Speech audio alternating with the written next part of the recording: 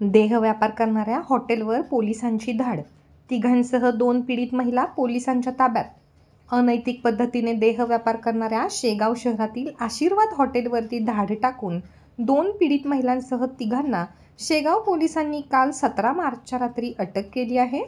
शेगाव शहर पोलिसांना मिळालेल्या गोपनीय माहितीनुसार ठाणेदार नितीन पाटील यांच्यासह उपनिरीक्षक कुणाल जाधव यांच्या पथकाने रात्री 7:20 दरम्यान सदरची कारवाई केली.